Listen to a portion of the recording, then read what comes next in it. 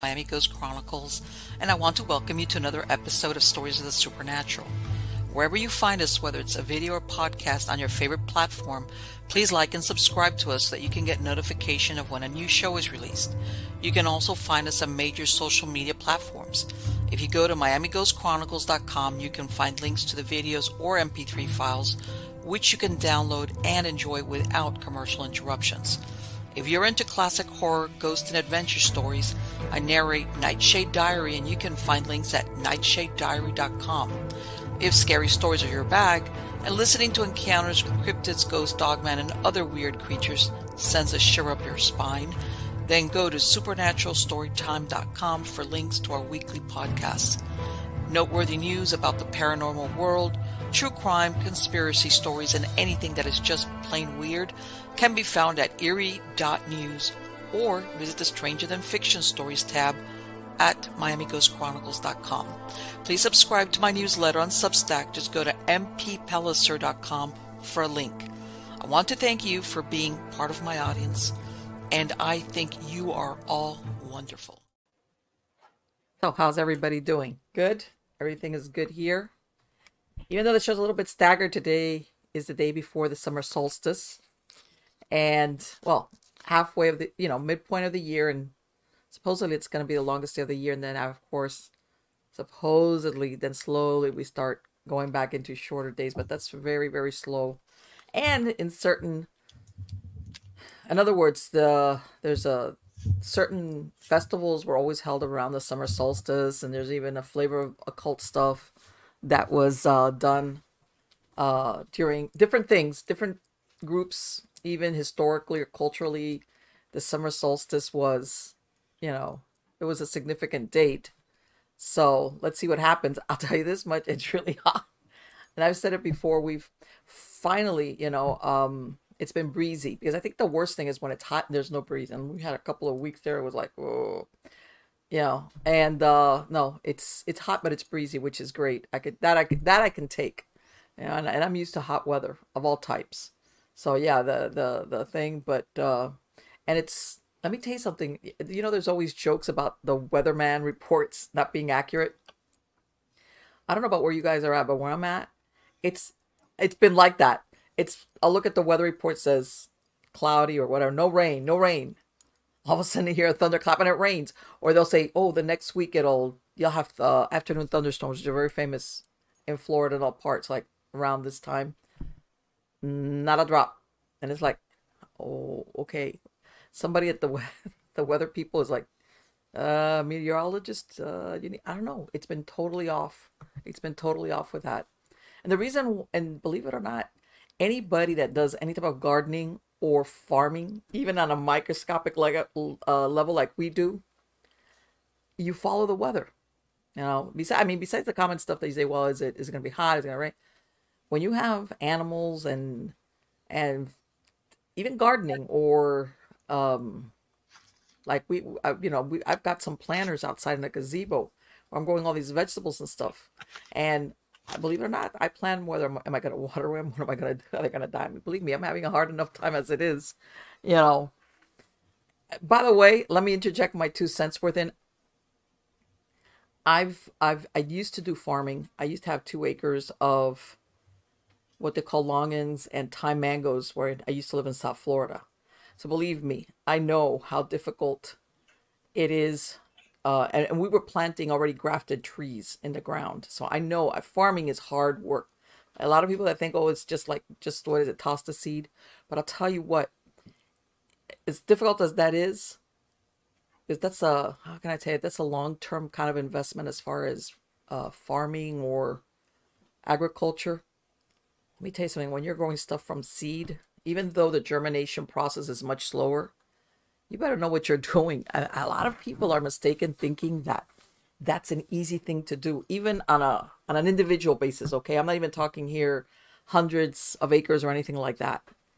You better know what you're doing, or if not, you're going to get like maybe 3 potatoes or something like that. So yeah, but yeah, it's one of those things for those people that sometimes think, oh, as a matter of fact, today, you know what I bought? I bought some of those greens, the seeds that you could the greens that you could just make like salads that they're made to germinate really quick. I'm gonna try some of that. I hadn't tried that. I'll let you guys know how that goes. Make a salad out of it, and it's like, okay, why not? It's either gonna be really good or really bad, or I'll kill it. Yeah, I kind of have a green thumb that disappears every once in a while. Anyway, let's get on to the good part. The good part is the guest that's here today at Stories of the Supernatural. He's been here before. His name is Preston Dennett. And he began investigating UFOs and the paranormals in 1986 when he discovered that his family, friends, and co-workers were having dramatic, unexplained encounters. He's interviewed hundreds of witnesses and investigated a wide variety of paranormal phenomena. He's a field investigator for MUFON, which is Mutual UFO Network, a ghost hunter, paranormal researcher, and the author of 29 books and more than 100 articles on UFOs and the paranormal. His articles have appeared in numerous magazines, including Fate, Atlantis Rising, MUFON, UFO Journal, Nexus, Paranormal Magazine, UFO Magazine, Mysteries Magazine, Ufologist, and others. His writing has been translated into several different languages, including German, French, Italian, Portuguese, Russian, and Icelandic. He has appeared on numerous radio and television programs, including Coast to Coast and the History Channel's Deep Sea UFOs and UFO Hunters. His research has been presented in the LA Times, the LA Daily News, the Dallas Morning News, and other newspapers. He has taught classes on various paranormal subjects and lectures across the United States.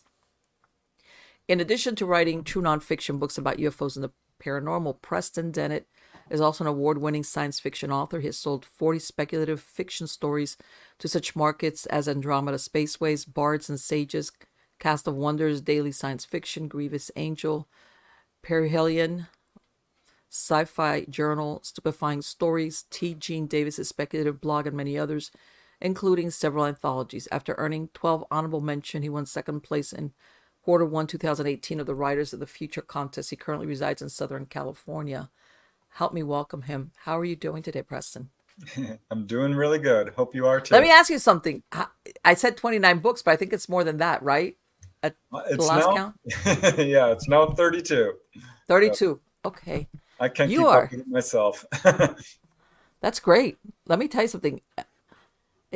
I'm sure that you people don't realize how much work is involved in producing, whether it's fiction or nonfiction, the books, as far as research and everything like that. And especially like you, that you interview witnesses. So yeah, it's the research I think that takes the most work, because having written a bunch by this point, once I got all my ducks in a row and all the evidence, and all the information I need, then I can put it together in probably 6 months. Okay. But yeah, research often takes years. Yeah, right. Let me ask you, do you ever have, how many people of the ones you've interviewed want to stay anonymous? It's gotten less and less over the years. Really? I'm pleased to say, because in the beginning, and this was way back in the late 1980s, it was most everybody. I was like, just make up a fake name for me. Right. It was a rare person who said, no, I'm okay, use my name. Now it's over half, actually. And a number of people will say, you can use my first name. Sure. Some are still, no, please don't. Because they do fear for losing their jobs. This has happened. I was going to say, I would think the biggest thing is their job. Yeah, I've never had anyone have any problem going public, other than perhaps a family member here or there kind of looks at them a little sideways. Yeah, exactly. But, it's changed a lot, especially I hate to say it, the stigma that once was attached to it, I don't think is there anymore. Yeah, well, not nearly like the way it used to be. It's still there for people who are talking about going on board a craft, right? A UFO, or having face-to-face contact with ETs. But seeing a UFO, right? No, there's no stigma to that anymore. There's too many reports. Sure, exactly, yeah, exactly. But yeah, if you're saying you're an abductee or that you had one in your room, that changes everything, doesn't it? A little bit, yeah. But even that is changing. So, because yes, I mean, there's so much evidence at this point that if you're a skeptic, you really just have not done your research. The evidence exactly. Because there's that's why I say, with the amount of reports that you say, okay, we'll exclude the liars, we'll exclude people with mental problems that hallucinate. Let's exclude all of those. You still have so many others from credible witnesses that it's overwhelming the reports. Yeah, and lots of multiple witness cases. This is not something that's resting solely on one person's anecdotal testimony. There are Right. many, many multiple witness cases. And there's landing trace evidence. There is. That's, I think, it's fascinating when people, they there's evidence that something landed there, whether it's scorched ground or I've heard even sometimes there's even like a trace of radioactivity. Exactly. I mean, you can look at these, landing traces, and they come in different forms. Some are just impressions in the ground, but something, a couple of 1,000 pounds sat there. Yes. Very hard to fake. Or the ground is perhaps heated up to a degree that you can tell that it's at over 1,000 degrees, 2,000 or 3,000 more often. Let me ask you something, Preston. I'm going to interrupt you real quick because it just came when you said that thing about the score. I've seen reports of crop circles die away. Before we used to always hear about crop circles. Do you think those were legitimately UFOs, or was that just a phase of somebody faking it and that's why it just disappeared? What do you think? Yeah, definitely not fake. Okay. I can say that I'm not really a crop circle researcher, though I followed it very closely. Okay. And there was a couple of gentlemen in England, Doug and Dave, yes, who got a lot of publicity for saying, "Oh, it's us doing it." Right. No, it's not, because these are appearing all over the world, for one thing. And there's been a lot of research into it by scientists. I would point to Dr. Levengood, who would take these stalks of corn or whatever crop it was and put it under a microscope, electron and others, and pretty much prove that no, these are not being pushed over and crushed, or being exposed to some type of electromagnetic light, radiation, and it's causing the little, cell walls to burst and things that you just can't fake. Right. That this is, because I remember seeing those two guys. They had like some type of board that, they were crushing them. But I could see where if you examine that, especially in the microscope, there's trace evidence. It has kind of gotten less and less in the news, but it's still going on. There are still these things happening. I do think it's probably ETs doing it, because it's hard to, while most people don't see UFOs hovering overhead while it's happening. Right. There's some connection there. I think enough to point towards that being the cause. But they're so beautiful. They're clearly meaningful. Right. Yeah, that's the thing. The design on them is complicated. Yeah, there's authors out there and researchers who have basically been able to interpret a good number of these. Not all of them, but some are blatantly clear. I mean, you can see it. Right. One of the things, getting back to, I had heard one report, and have you had any interviews with anybody who's had, how can I say, like, because I remember there was, I don't know how far back the story was. I think it was a mom with a grandmother and the kid, and they got some type, I don't want to say radiation poisoning, but I know what you're talking about. They got hurt. Basically, they had like skin burns. Have you come across anybody that's experienced something like that after being exposed? Well, you're talking about the Cash Landrum case in Huffman, Texas, in 1981, which most researchers certainly know about, but believe that this was probably certainly a reverse engineered government craft, not ET. Interesting. Okay, I never heard that. Yeah, that's basically what most researchers have decided. Because if you look, it was surrounded by helicopters at the time. It was basically being escorted. Okay. And it's a pretty unusual case. I don't get cases like that, really. Okay. Some people will complain of eye irritation or light sensitivity. Yes. And occasional, even a sunburn type of thing. But far more often what I hear is people reporting healings. Okay. Which is actually the subject of my first book. I reissued it because the first book had 100 cases. And every time I spoke on this or went on the radio or to a convention, I would get more cases. I put out a new book. Okay, people coming forward and contacting you and saying this. Oh, yeah.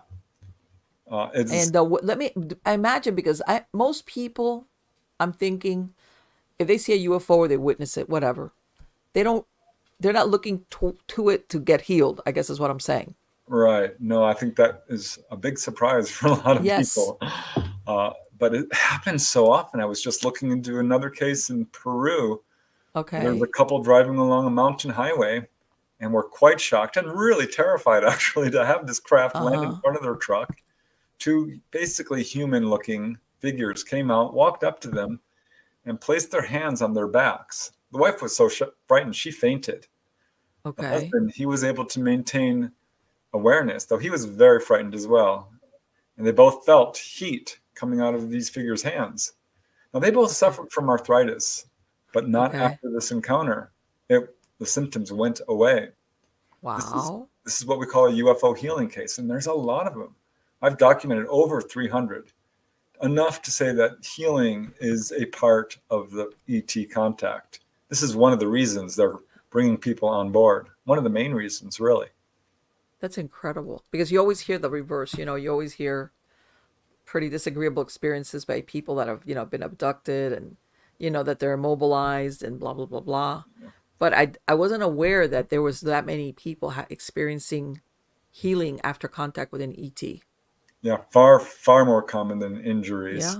Yeah. And what's really interesting, injuries seem to be pretty much accidental, where people are running up to perhaps a landed Yes. UFO. I can imagine these doctors, whoever's treating them, if they have some type of serious illness or disease, I imagine they're thinking, okay, so what did you do? What did you take? How did this happen? It leaves a long line of baffled doctors. Some will get quite upset with the patients. Like, how did this I was happen? about to say that because can you imagine? he's, he's asking, what did you do? Did you try something? Whatever. And he's like, well, I think, an ET contact. And they must have been like, what? Most Yeah. won't tell their doctors. No, I was going to say, yeah, that's a hard Some thing to do. like. One lady, one of my first interviews, actually, she was healed of a cyst. And the Okay. doctors were quite upset. They're like, you had surgery. And she denied it. And they said, well, we can Okay. prove it. Your cyst is gone. There's fluid here in your fallopian tube. It's only present after surgery. What's this? It looks like a laser scar. When did you get this? She had Wow. experienced the night before she was scheduled to have surgery. And she kind of knew something was going on. She didn't Can remember you the whole thing. imagine? Yeah, I've interviewed a lot of people who've had this. One gentleman, Michael Carter is his name. He's pretty well known in this field. He had a blood clot in his leg, had a visitation, went to the doctor, and the doctor was like, what is going on? Yeah. His leg was swollen to twice its normal size. He was under treatment. Oh, boy. But overnight, his leg was normal. And his poor doctor was like, tell me what happened. And Michael, Exactly. just be happy for me. Right, right. And you know what? I'm not going to generalize, but some doctors, they want to think that almost like somebody's messed with my prognosis kind of deal. Like if anybody was going to cure this person, it was going to be me, or I was going to treat them. And when they don't get a satisfactory answer, it's like, okay, not only did you go to somebody else, you're gonna leave me out of the loop. Yeah, I I have imagine there's talked to a few people who have told their doctors. One gentleman had cancer uh-huh. of the lymph nodes in his neck, and he was scheduled to have surgery in like 4 days when he had this experience with this Uh-huh. orb that came into his body, and he woke up and it was gone. And he went to his doctor and told them, and they said, well, because they could see that the tumor was gone. Yes. Well, we're going to do this operation because there was necrotic tissue, but they did not find cancer. And they didn't write, well, ET's healed this gentleman, because, they weren't there. They didn't see it. But they did put something along the lines of, spontaneous remission, unexplained Sure. healing. Yeah, because I was going to say something that's visual, that you could see it. Let's say, like you said, a growth or a tumor or something. Yeah, I mean, there's many cases that are absolutely undeniable. One gentleman had Crohn's disease, was suffering from years on Uh-huh. volumes of medication, was taken on board and healed overnight. I mean, you cannot fake something like this. No. Do they ever get revisited again, or is this like a one-shot deal in your experience of the stories that you've heard? Sometimes it is a one-off, but more Okay. often these are people who have a lifetime of experiences. I Okay. would say over 50% of people who have Really? this particular kind of experience are what we would call contactees. But not Okay. all of them. I mean, one lady, she contacted me all the way from Norway Okay. because she heard about my research into healings. And she said gray little ETs, came Uh-huh. into her bedroom one evening, and it was very scary for her. They walked through the wall, they flipped her around like a rag doll, put this cylindrical instrument on her back. and then Okay. filed out. She screamed at them all the time, "Who are you? What are you doing? What's going on?" Uh-huh. Didn't get any communication. She was very scared. Probably they Yes. were trying, I'm guessing here, but generally, if you're in complete terror, you're not going to be picking up what they're trying to say. Right. But at any rate, they go, she wakes up, runs to the window just in time to see this eerie light kind of click off. And Okay. that's when she realizes her chronic back pain from an injury years earlier was gone. Okay. And Wow. I interviewed her because usually, yeah, people do have a lifetime of contact. She says, "No, I don't. This is it. I've never had an experience like this." But Right. I found out something so interesting, Marlene, because I was trying What? to figure out who's being healed and why her. Uh-huh. And I'm going through all the questions and nothing, it wasn't quite clicking. And finally I asked her, "What do you do for a living?" And she says, Uh-huh. "Well, I'm actually retired. I was a graphics artist, but now I'm very active in my community doing human rights and animal rights." Really? You knew I was going there because I was going to say, is there a common denominator to these people? There is. It's evenly divided between, men and women. Age is not Okay. a factor. I couldn't find any really common denominators because it was people all over the world, all religions and blood types and political affiliations. I was Right. It's asking all like, these ridiculous questions, trying to figure it out. uh-huh. And when I asked her that, it rang a bell because I just interviewed the gentleman I talked about, who had a Yes. blood clot. He fights against racism. Was actually awarded by President Clinton for his So all these efforts. people have what's the word I'm looking like I guess they're I don't want not contributors. What's the they're of service to others. How's that?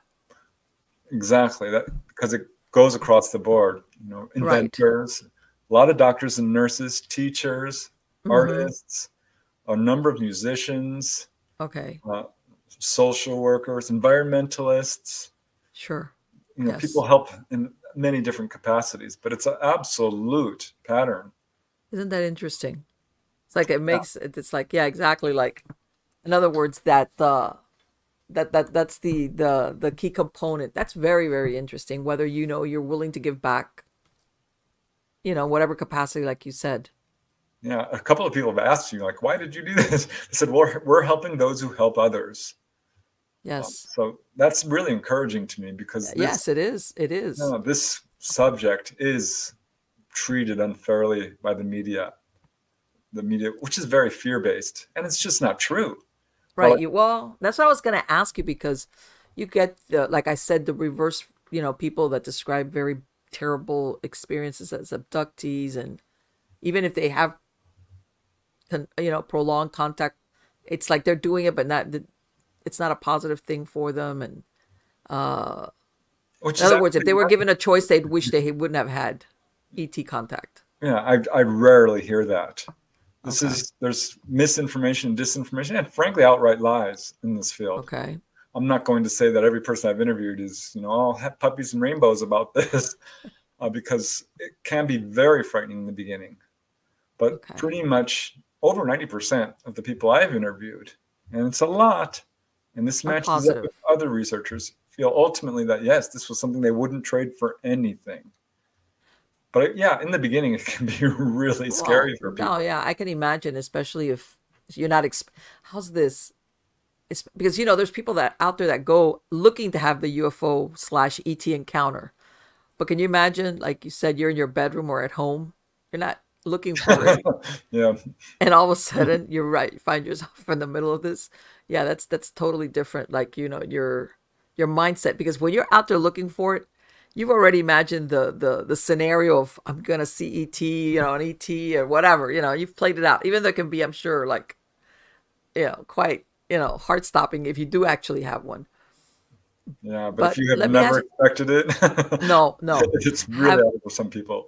have any of these visits, have they ever said if they're ever going to be, what's the word I'm looking, if there's going to be disclosure? Because I want to say on their part, because I think at some point there's going to have to be something that comes in from their end as far as, Well, basically, the message from the ETs is that they've already disclosed. We have now pretty much well over 1 million documented UFO cases. right. I wrote a book on just schoolyard encounters alone.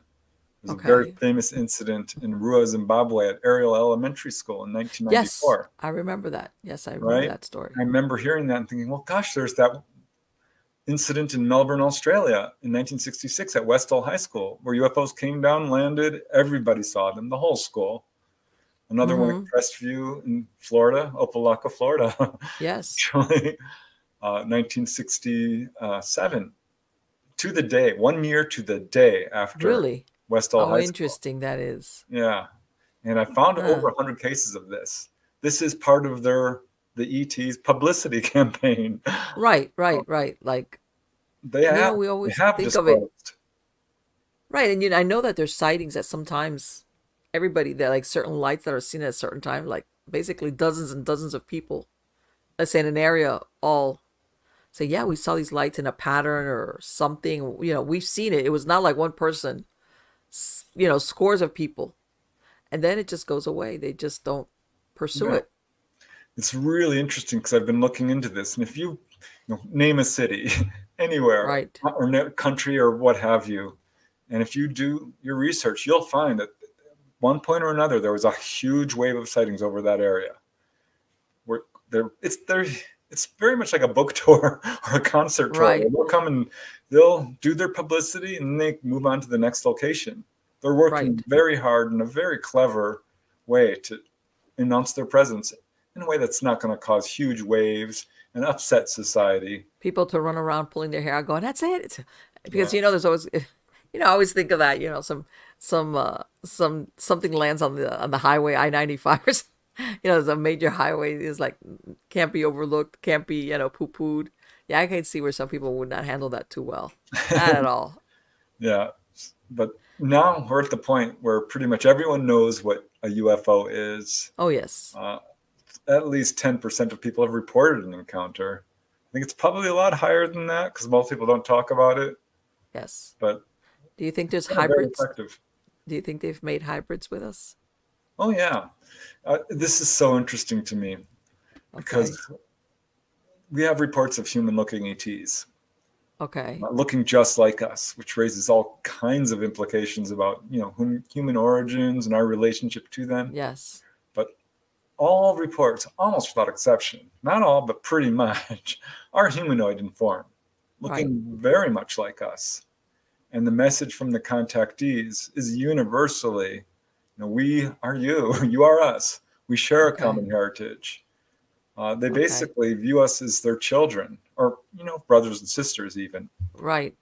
So, in effect, the message from contactees, the ETs are telling them that we did not even really originate here on this planet. We've been taken off and put back. We're all ETs, is what I'm trying to say. Okay. Now, some contactees take this to a little bit of a greater level because they're told flat out that, well, you do have some ET genetics. I've had contactees actually prove this to me. One Really? lady, Dolly Saffron, I wrote a whole book Yes. about her. I interviewed you and Dolly. What did she Yeah, do her genetic testing? she did. She showed it to me. She's like, look at this. She got callbacks from these guys because they're like, we I don't mean, what understand. does it come up as? Unknown or Yep. Yep. okay. It comes up unknown. And they're very, very interested in it. And you Yes. see this with other contactees. They have very interesting and unusual genetics sometimes. So, yeah, some people are absolutely hybrids. This is what they're told. And we've got proof of Okay. it. Right, exactly. And I had heard that there's a what was it? As a matter of fact, there was an article on it maybe less than a week or 2 weeks ago that they're saying, oh, we have alien hybrids among us, and we just don't know that these are hybrids because they look and that in other words, but they're chosen to integrate into the populations, the ones that are the most human like, in other words. Because I guess they have sometimes different versions, some that are more ET looking versus human looking. Yeah, I It, speculate that there are some full-on ET people who've been, basically raised on board UFOs and come down and okay. interact and All have the right. ability to do that because they can live here. They're human enough, I guess. Not the Right. best way to put it, but do interact with people, while Okay. knowing full well they are essentially ET.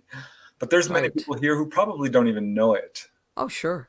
who are, basically, because often it takes a while for people to come to awareness, because we live in denial sometimes, Oh, and don't want to face our unusual. If someone's having really unusual experiences, it's yes. difficult for them to integrate into their worldview, so they will deny it.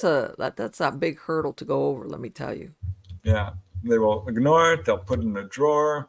They'll debunk it to themselves. They'll explain it Yes. away until at some point. Usually, it's not often in childhood. Sometimes it is, but it's 20s or Mm-hmm. 30s or 40s. They'll have an Right. experience where, like, oh gosh, I can't ignore this one. This is happening to me. So Or sometimes, I'm thinking sometimes they have an in-depth medical exam or some type of blood test, and the doctor's like, you got some either blood type or some genetic material here that I don't know what it is. weird And stuff happens all the time. I hear this quite often. Someone will go to the doctor and they're like, oh, you broke your foot and had surgery. I didn't. What's this in your sinus? It looks like. yes, I've heard of the implants. Yeah, that is. I'm going to say that the majority of contactees. I won't use that term abductees anymore because it offends a lot Okay. of people I interview who don't Okay. feel like they're being kidnapped against their will. Okay. So I call them onboard experiences, which I think is pretty neutral. Yeah, yeah, yeah. Generally, I'll call them contactees or experiencers. Okay. Uh, And do they, so sometimes that's how they find out they have an implant because some type of medical examination and yeah. When it'll one be guy like, took his daughter to the dentist, and the dentist is like, became angry at him. He says, "You were supposed to tell me. It says here on the form, if your daughter has had any surgery or any implants, you're supposed to let us know." And he says, "She hasn't. She's 7." But the X-ray showed something in her sinus. oh, wow. Yeah, what's really interesting is he had an experience at age 7. So did his Okay. mom. And his 7-year-old daughter, who's now grown up, has a daughter who at age 7 started having encounters. That's 4 generations of I people was having going to say, encounters. because I have heard of that where there's certain families that are, I don't know, like followed along. In other words, there's a Yeah. lineage. I think what ETs are doing is they're very interested in upholding our genetics, and certain families have qualities that they like. Right. That's another pattern I noticed. Contactees are very psychic. They have a wide variety of paranormal experiences, Okay. and they seem to be very interested in that. And our genetics does play a role in our behavior. A lot of these Sure. contactees are, like I said, really good people. They're the shakers and movers that Yes. doing really good work and important work. Right. So this is why the ETs are upholding people's genetics and following certain family lines, because they're Right. Because it's, well, exhibiting the best yeah. of our genetics. Right. Because, you always hear, especially in nature versus nurture, how much is genetic, how much is your genetics. But I believe genetics definitely have a big impact. Yeah, there's one guy from Florida, Gainesville, Florida, who Mm-hmm. was visited by Greys, and he's just Okay. finally getting used to it. He wasn't really happy about it at first, right? Okay. But he's like, "Oh, here you are again. If you're going to visit me, please heal my hernia. I have this hernia." And they said, "Okay, we know of the condition that you speak of, and we will repair it." That's pretty much a direct quote. And they did Wow. it right there in his bedroom. So he's talking to him now. He's gotten over a lot of his fear. And he says, Okay. "Why are you taking me? Why do you keep coming for me?" And they said, "We are interested in your genetic potential to live a long time." And Okay. this rang a bell because with him, his grandfather was 106, Wow. kicking, absolutely healthy. He's got a lot of longevity in his family. Yes. And this again speaks to the ET agenda. I hate that word. The ET Right. goal, ET mission. Okay. Because if you look at humanity, our lifespan, our longevity was not as good a couple of 100 years ago as it is today. It's almost No, it was double. like, I think it was like, even though people went beyond that, but it was like 35 or 40 or Yeah. And there's a something like number of that. factors going on here. Yes. But I think ETs are doing their part to help us along and hold up our genetics.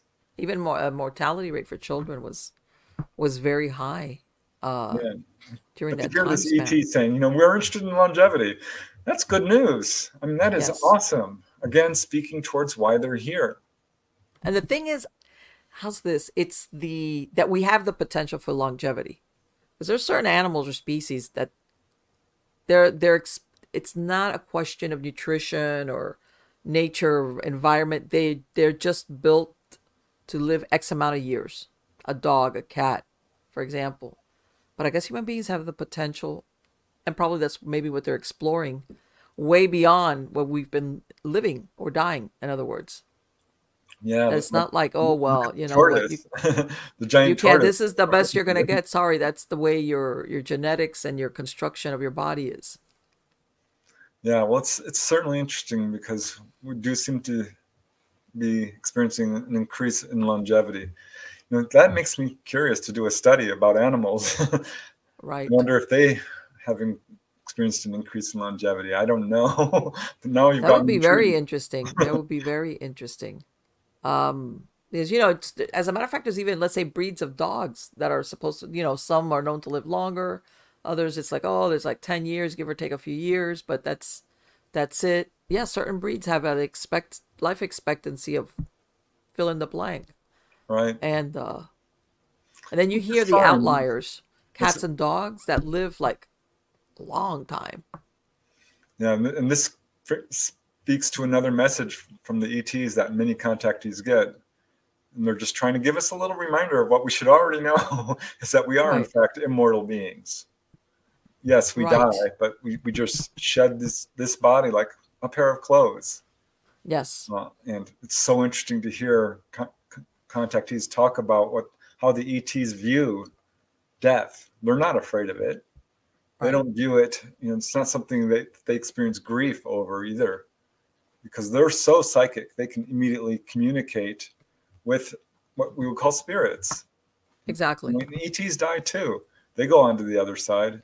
They reincarnate. We all do. And ETs are trying so hard to wake us up to our own psychic abilities of not only, you know, life after death and awareness of it, but telepathy and clairvoyance and remote viewing and healing and all of it. This is a big part of why they're here. They're trying just to give us a little reminder that this is something we need to work on. And you can see this. Do you think that they've hybridized with us to make it eat? And this is just me thinking, because sometimes I think of this hybridization thing, and I'm thinking, I wonder if they could exist here, but this is not really their planet. It's more difficult for them. So their aim was, if we hybridize with them, actually, since we're Earthlings, let's go with that, it'll be easier for them to exist. Because I'm thinking, well, if they have a finite amount of, let's say, ETs here, or whatever the case might be, or they might be doing a case study, they're saying, you know, we need to hybridize so we can live in this place easier. How's that? Versus... Yeah. Well, I hear what you're saying, and I'll just quote a case which speaks to that. The lady asked, she asked them, you know, are you planning on living on Earth? And they said, no. Your planet is very polluted. It's very crowded. You guys are quite violent. It would be we have no interest. They have access basically to the entire galaxy and beyond. And they said that there are plenty of planets they can go to. However, they said basically we are the same. We have human genetics just like you. A number of them, some of the Greys in particular, have suffered genetic damage due to radiation and all the space travel they've been doing, and are uplifting their own genetics while at the same time upholding ours. But no, you know, and a number of contactees have asked about this. They have no interest in living here, but they are very interested in us, just as we would be interested in our children and making sure they're okay. And by the way, I don't mean in a negative context of conquest. I'm talking about integration. You know, I wasn't like, oh, they're gonna. No, I've always thought, well, maybe, you know what? They're planning to stick around, or maybe they're gonna leave. But it's just the way they are, original form. It's more difficult, and you know, hybridizing will make it easier for them, and maybe eventually, it just. Yeah, we have some genetics they're very interested in, because they have problems too. We all have problems. I think the ETs know more about the human body than we do. Probably. Just judged on, you know, all the cases. They're still discovering stuff about even health-wise, as far as, you know, you know, even people, resuscitation and stuff like that. Whereas before they were saying, if a person's brain dead, now, from what I understand, even now they've been able to bring certain people back, even they supposedly were brain dead, and they come back and they're okay. Certain Well, it's circumstances. amazing. There are some cases that defy what we know about medical science, where children perhaps Yes. have been drowned in an Yes. icy lake, and they pull them out an hour later and revive them. They did Yes. not think that was possible, but now we've got many examples of that. Mm-hmm. Yes. Yes, they do. So yeah, it's like there's still that's like an open door as far as that as much as they know about us, there's still a lot I think left unknown. And do you think eventually at one time it will actually be an accepted truth that we have ETs here? That in other words, we won't have these or do you think they're always going to remain in the background? I have my speculations about it. Right now, from what I understand, they're not here due to the magnetic fields of our planet Right. having all kinds of problems. But it's inevitable that at some point Right. there's got to be disclosure, because it's Right. the That's what I'm talking truth. about. It's like, It and the truth, yeah, you can hide it, you can distort it, you can lie about it, but you can't destroy it. And sooner or later, it's going to come out because it's true, and its contact has been widespread for yes. decades. So many people have had this experience, and sooner or later, there's got to be open official contact. It may take centuries for us to grow up. Uh, Mm-hmm. I'm this is a complicated subject, and I don't want Sure. to get into too much fear and gloom No, and no, no. doom, But but we are facing some really tough times ahead, according oh, to the sure. ETs, Absolutely. and they've given Absolutely. warnings from day one when people first Right. started, because we know UFO activity has gone on for centuries, millennia, even. Yes. We can pretty much prove this through everything from cave paintings and hieroglyphs Yes. and Yes. writings of ancient India and so forth. But Mm-hmm. things really changed in 1947. Yes. That's the atomic era, right? And Right. suddenly we had the ability to completely destroy ourselves, each other, the entire planet. Mm-hmm. And that's when people started reporting UFOs in very large numbers. It was Yes, you're right right. after this when people are being taken on board. And the warning has always been the same: stop messing around with nuclear power. Stop Yes. polluting your planet. The war and Yes. aggression you're on the pathway towards is going to end in your destruction. Right. And Exactly. This is not something you play around with. yeah, so I mean, there's Absolutely. many contactees have gotten the message that at some point there will be an existential crisis. Yeah, That's very scary to think about.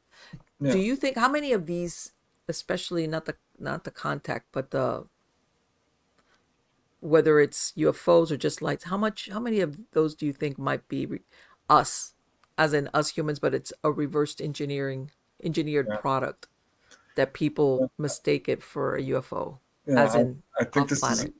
I think this has evolved over the years. When I got involved in this field, I was contacted by a number of people who are in the know, uh, Okay. and said at least 20% or 30% of what people are seeing is Okay. human piloted craft. Yes. And as years have gone on, that number has increased, and right now it's pretty much everything Okay. people are seeing is reverse engineered. The Okay. triangular TR3B craft, Yes. Right. Exactly. that's not ET. So And that's a very common sighting that people think, "Oh my God, I saw a UFO." As in, or when I mean UFO, I mean yeah, not of this earth, like a really. Um, yeah, I've and talked some to Dolly Saffron a lot about this because she's made it clear that ET's left around 2022. And it's so okay, much because there was a huge spike of sightings in okay, 2020 and 2021. It doubled. okay, And this was during the COVID era. And people are thinking, mm-hmm, well, maybe a lot of people were at home. Even that wouldn't explain the huge spike of sightings. And now it's okay. dropped off incredibly. You would know since you've got your hand on the pulse Yeah. of that. And you can verify this if you go to UFO reporting centers. I'm not Okay, getting, the firsthand contact cases recently because they're not happening. Okay. So yeah, we're in an interesting era for humanity. We're on our own. Is that what you?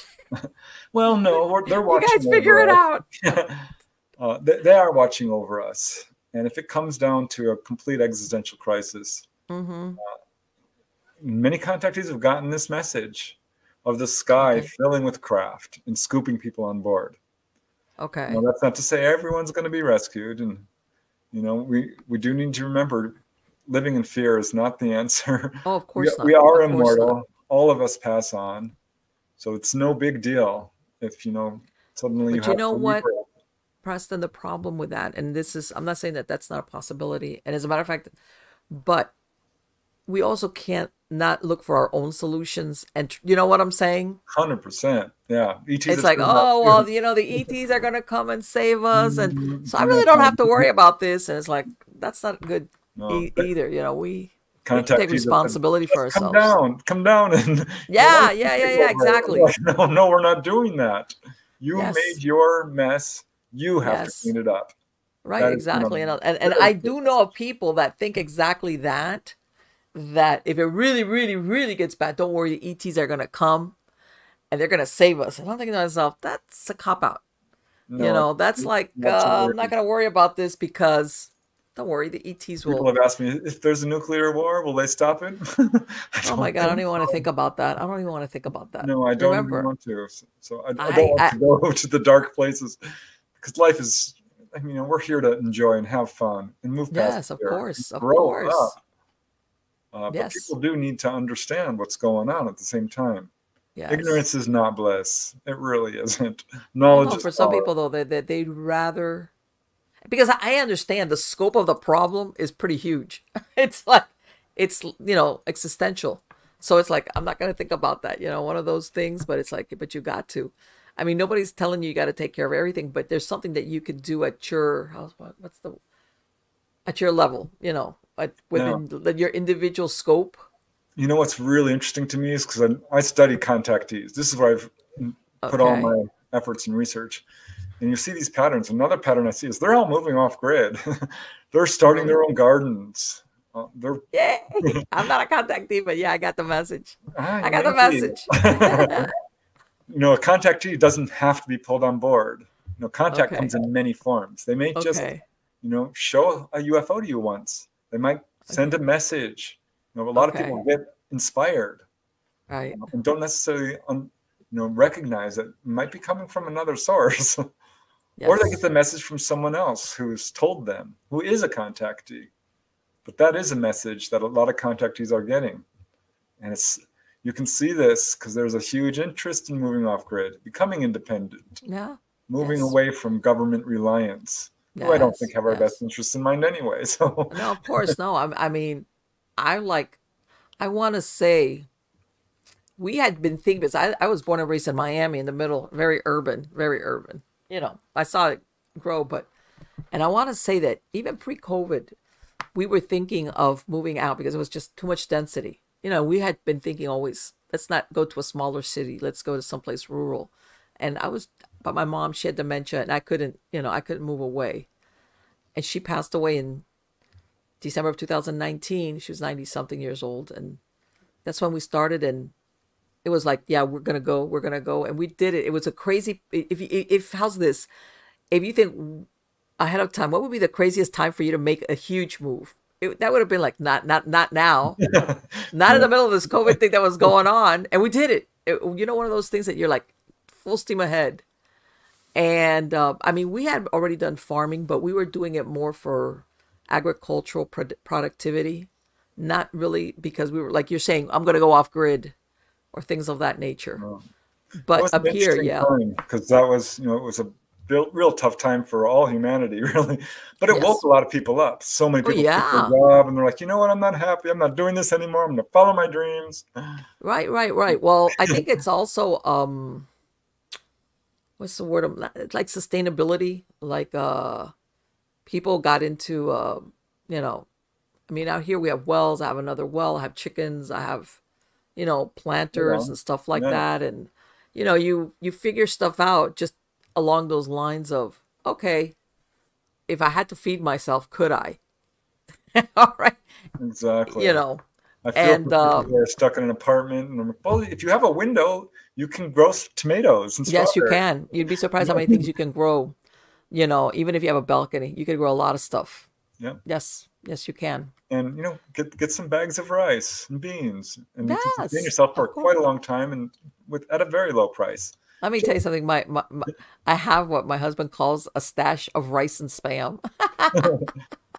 It's like, all right, at least we won't starve or something like that. But yeah, I've that thought has crossed my mind. And the reason why I say this is that I've told my audience before, Preston, I grew up in South Florida where there's hurricanes, and I've gone through a very microcosm of that, where there is no electricity, um, where things have been flattened, where your house is almost blown away. Right. And I've seen how quickly, even in the middle of an urban area, things can go south as far as looting, not having access to things that you normally go down the street and do it. We've gotten a little bit spoiled, Electricity's haven't we? not there, so street signs don't work. Everything is closed. If the building is still standing, it's closed. There's nothing. Shelves are bare. All right. And so I've been there. I've experienced that on a very minor, and I've seen how quickly, when people don't realize, hey, I'm 3 meals away from, or 3 days worth of food, and that's it. And then I'm like, oh my God. Yeah. That word you use, sustainability. Yeah. Exactly it. Because ETs have been saying this from the beginning. Yes. You're on a pathway that is not sustainable. Yes. So, Yes. God bless them. They're doing what they can to wake us up, but it's up to Right. us And to do this is the thing that maybe that's the idea. See, I want to say that's because everybody I think wants to have, when they think of an extraterrestrial contact, they want it to be, how's this, less pragmatic. Oh, you're gonna take me, you're gonna show me this, and maybe it's their advice or what they're trying to get us to do is Yeah, sustainability. there's a huge misconception that ET contact is all about being pulled on board and Yeah, examined that's what and I'm talking about. Yeah. no, no, no, no. I know for a fact, and this is concerning me, and it's why I'm putting out the books and the research I do, that it is in many ways a very spiritually enlightening experience. They will talk to you about your life. They will talk to you about all these things. They will try to wake you up to your own psychic abilities. Mm-hmm. And help you along with that. There's a really strong spiritual aspect to UFO contact that has been edited out of many people's reports who are in other books. I've talked to people Yes. who are interviewed by other researchers, and we're not happy because their experience was misrepresented. Right. Whenever I tell someone's story, I send them their chapter. Right. Is this accurate? And they're like, oh no, this is out of order, or this, it's pretty good, but this needs to be fixed. Because that's how important it is, I think, this is their experience. I'm not going to censor it or edit it. Mm-hmm. People are like, well, you're just you love aliens, and all you think is this is, a wonderful thing. Well, it is. It is. Exactly. And I am not searching for people who've had great experiences. This is what people are telling me. Right. And I'm sure that if somebody would have given you a negative experience, you would say, okay, well, this person had a negative experience of, oh, you guys be quiet. In other words, I'm going to, like you said, I'm going to relay what you told me, the story that you told me. Exactly. There's a gentleman in England I interviewed who had an amazing story. I call him Gary. He did not want his name used. Mm-hmm. And he frankly does not like having experiences. He finds them frightening. But I asked him, have you gotten anything good out of it? And he said, well, yeah, now I know they're real. And I'm really glad about that. And also, I'm like, do you have any psychic experiences? He's like, well, yeah, both me and my wife are profoundly psychic. Okay. And he has out-of-body experiences regularly. Okay. Really strong ones. I mean, he's an amazing gentleman. And I'm like, well, do you attribute that in any way to your experience? He's like, oh, absolutely. Okay. They helped wake me up to this. All right. So, yeah, he doesn't really like having experiences. Okay. But he is following the pattern in most ways. He woke up to them. He started having fully conscious experiences. Mm-hmm. Once you move past the fear, that's when you start understanding what's going on with you. Because Do I you don't get think? cases of, what I would call real quick, sadistic behavior, or Yes. he's trying to hurt people. That's not the. They will always tell you, don't be afraid. You're okay. We're not here to hurt you. That's the first thing they tell you, and it's in almost every single case without exception. Have they ever, of the stories that you've collected, have you ever found that there's an event or something that's happened in the person's life that you could say is a triggering event for them to actually have a contact that they remember? Well, sometimes there is what I would call a cue or a Okay. trigger. Uh, I would point to like Whitley Strieber's book Communion had a really Yes. striking cover of a gray ET. Mm-hmm. I can't tell you how many people saw that and said, "Oh my gosh, now I remember." I Okay. remember seeing that. But it can be something as mundane. One guy in Idaho, he cracked his molar tooth, and this Okay. brought him back to age 7 when he had an onboard experience, and he remembered the ETs working on his mouth. Wow. Another guy, he walked into a bookstore and saw the word UFO. He instantly went back 2 years to where he had this amazing encounter at a drive-in theater, Okay. of all places, which I was, actually turns out it is a thing. I wrote a whole book on that's drive-in theater encounters. right. No, you know what? And the reason why I say this is, I was a practicing hypnotherapist for many years, Oh, and I wow. understand very well how the subconscious mind works, where, like, exactly like what you said, like certain memories will come forward, sometimes slowly, sometimes they start coming like in weird dreams, and other times you get a full-blown remembrance of something Yeah. that you're like, what? That, and like you said, there's something, how's this? Either something most of the time, something you see, it almost gives you that deja vu feeling, and then you start remembering, like, okay, this is not like a deja vu moment. This is, and sometimes it takes, like you said, it'll be memories from when you were a child, maybe many years before. Yeah. One lady I knew, she had a phobia of little people. People who, are what we Yes. call little people, midgets or dwarves. Uh-huh. Whatever term you prefer. But she couldn't explain it until one day she understood what's going on, Okay. because she was having encounters with short little grays. Another would Ah, be afraid of interesting. mannequins with the bald head and dark staring eyes. Yes, that is I've interesting. had 3 or 4 people tell me they had Muppet nightmares when they were little kids. I'm like, what do you mean? Oh, the Muppets, Kermit and Miss Piggy, Yes. Yes. which, if you look at them, they do have these big The big eyes. eyes. Yes, you're right. The big eyes. They're very short, and so Well, there's and these and little and, things that, yeah, and I remind used to people. I used to work with people because people don't understand there's a fear and there's a phobia. Phobia is when you have fear of something that you don't know why. A fear is like you got attacked by a dog as a kid and now you're scared of dogs. Okay, it's what Yeah, the it's source a of it. reasonable fear. But then you have people that will have phobia, and they'll have a phobia of whatever it is, and then they'll say, "I've never had a bad experience that I can remember. Why I would be afraid of this thing or scenario or traveling."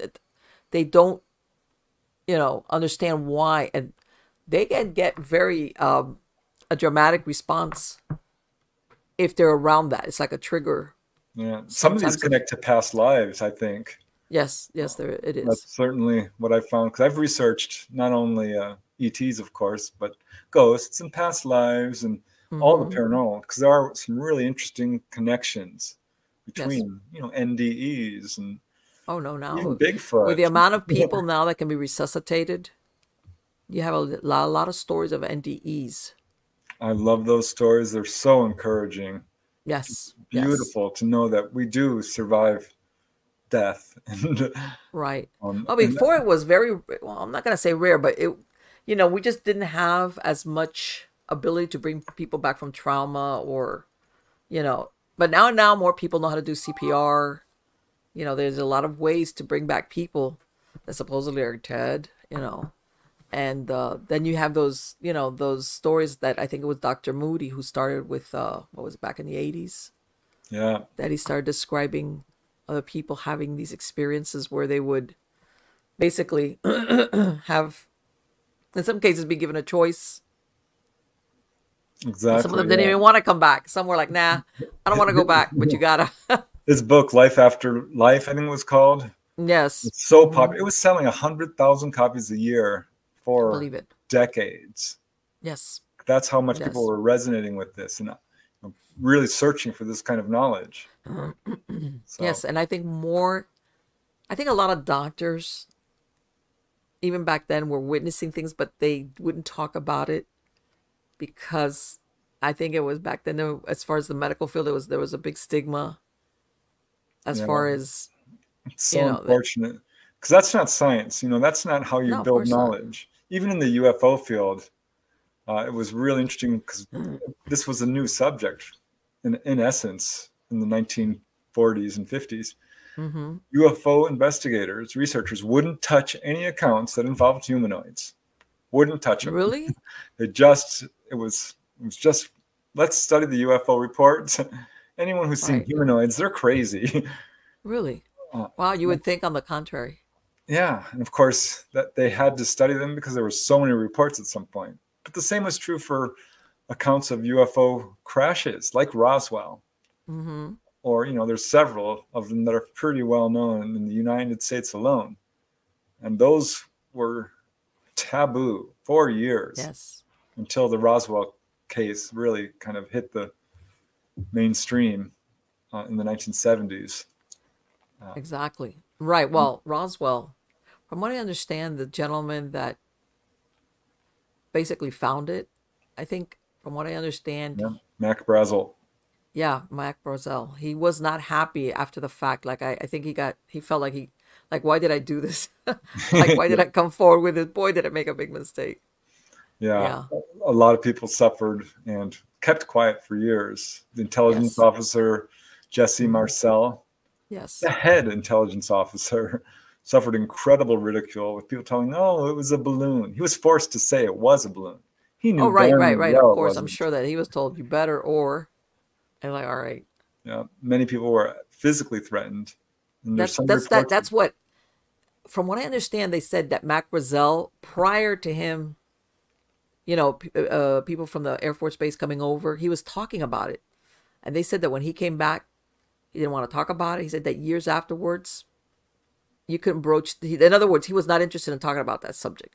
To him, it Yeah, was like, they I'm not having scared this the conversation. daylights out of him. They made it very clear that he and his whole Yes. family would be wiped out. Yes. Yeah, I spoke recently with pretty much the lead investigator, Don Schmidt, Uh certainly, huh. and they're still uncovering witnesses, or at least they're, because now you're fighting against time. Because that Right, was right. Because a lot of these people are dying or dead or whatever, right. or even if they pass on. And from what I understand, God, I can't remember his name. The gentleman that released the story, he worked with, I think it was either the local paper, the local radio station that basically blew it out like outside of the local area. It looks like he moved away from the town and everything. He went some. I think he went to another part.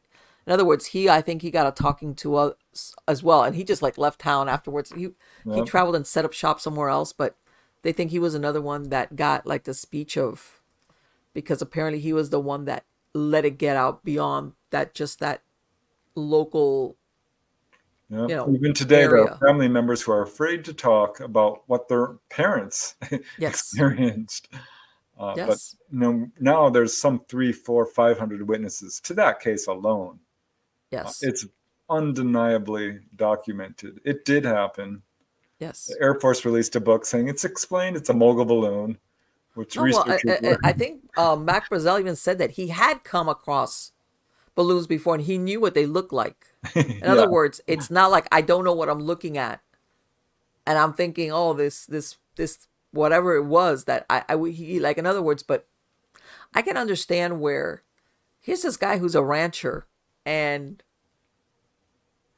I guess his life got really complicated, I guess, in the worst way, in a way that he didn't want.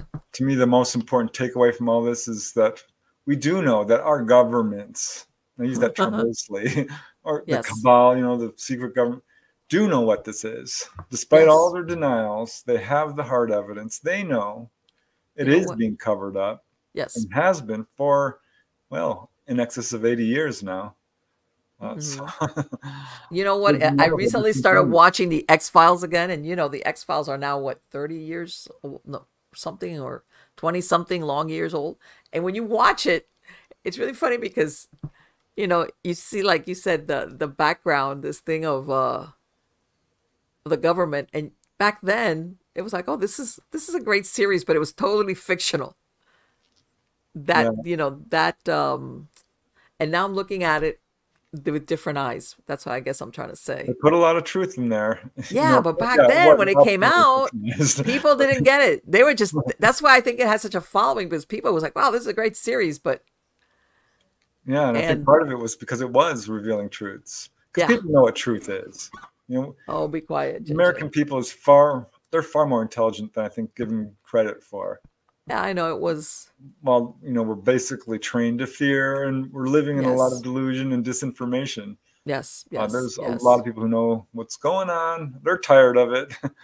No, They want the truth. of course. Everybody, I think most people just want to be happy. I mean, live normal lives is what I'm saying. Yeah. Yes, everybody has aspirations for whatever, And I feel like truth but has a certain quality about it that people recognize, yes, uh, exactly, and they're exactly. drawn And towards it. people are very upset because it's like, you know what? Well, it's like, when all of a sudden you're being herded along, and you realize you've really been herded along all along, and you're like, huh? Yeah. A Yeah, lot which of is things are so becoming infuriating. self-evident. It's pretty. And It still upsets me to think that we have elements within our own governments, or really it's the mhm. intelligence agencies, the highest levels perhaps of the Yes, yes. military industrial complex. Because there's a lot of good people in government. Oh, You might, sure. you might I'm need a sure. flashlight to find them, but they're there. Well, you know what? I imagine that if you are, I'm not gonna say there's one people, I'm sure there's several, but if you're within this huge agency that's maybe got thousands of employees, unless after a while you just learn, like, let me shut up and just whatever I'm thinking, or let me just, I need my job, or I need my pension, or I got a family, and Yeah. you just like, what Well, do that's you, how in we're other words, you feel controlled. overwhelmed. There's nothing I can do by myself with this monstrosity of the problem. Yeah, that's part of the problem is we are being controlled. And I Yeah. think it's reached such a point where people are absolutely overwhelmed, Mm-hmm. don't know how to do this. We're fighting just to survive. Yes. And Yes. it's so unfortunate because there's enough for everybody. Of There's course it enough is. food. Yeah. Why is all the wealth contained in 1% of the population? That makes Good zero question. sense. And you know what? I think before, how's this?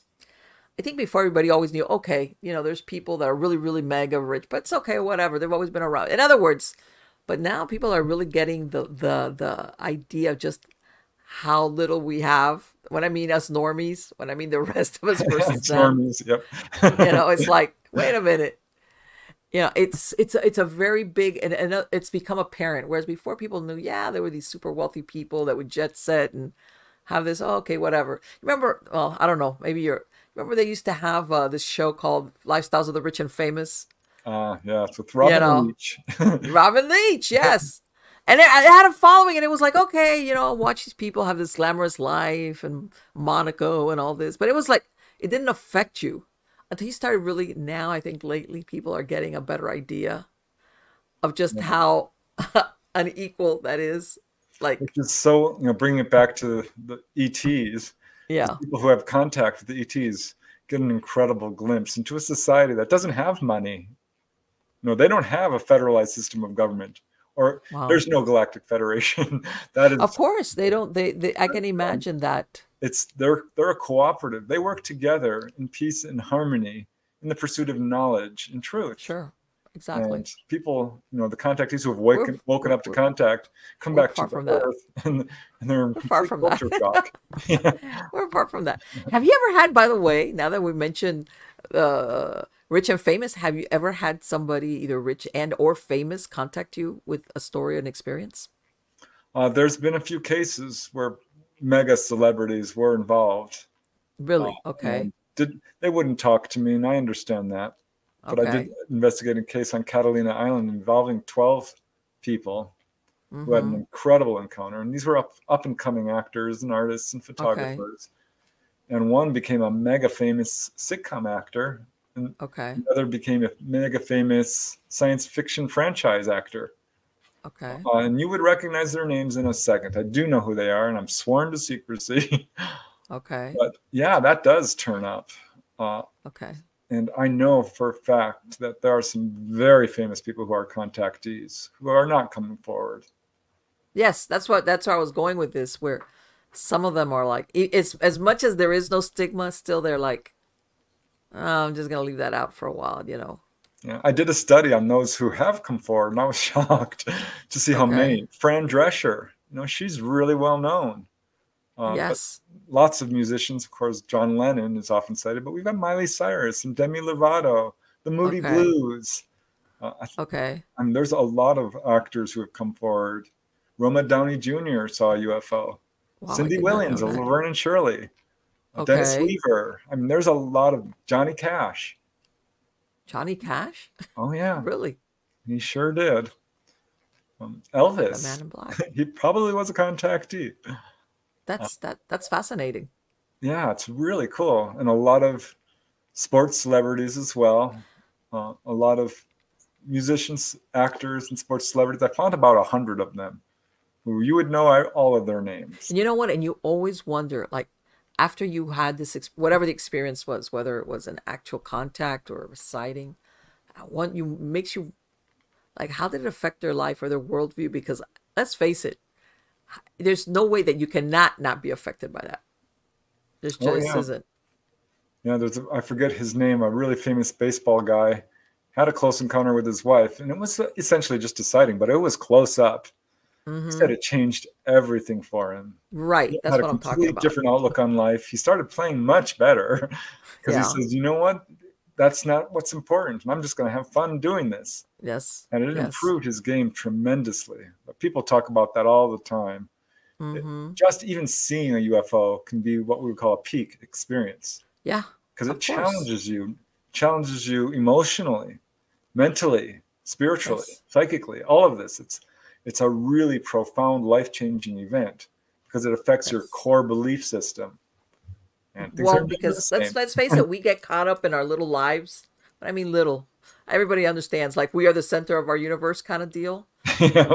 And we get caught up in this, and then when you have that, you realize, whoa, wait, I'm way down here, and this all this panorama unfolds in front of you, because you realize, okay, UFO extraterrestrials, wow, what else is out there? I mean, it's like makes you like look up from just yourself, kind of thing. Yeah, and this is part of the ET mission. It's manyfold. Yes, They've got many reasons they're here, but one is very simple, just to let us know that we're not alone. That's yes, simple. yes, It's all about yes, healing, it's guiding, teaching, warning, giving messages, waking us up. That is right. the ET mission in a nutshell. That's why they're here. They must see some hope in us then. Yeah, I think so. From what I understand, they're not particularly happy with this I mean, in other words, iteration. they couldn't say, "Oh, forget this, man. We're out of here. Bye." You're on your own, you guys. Yeah, they're doing what they can. But yeah, I don't think they're pretty happy with how things are No, rolling out right now. no, This is the no. message I'm Well, hearing from but again, contactees.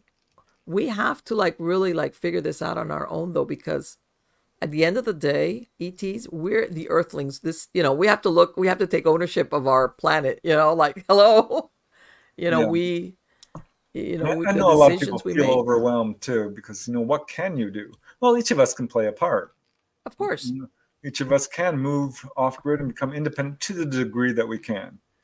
Each of us Well, can, allow love and truth to guide our actions.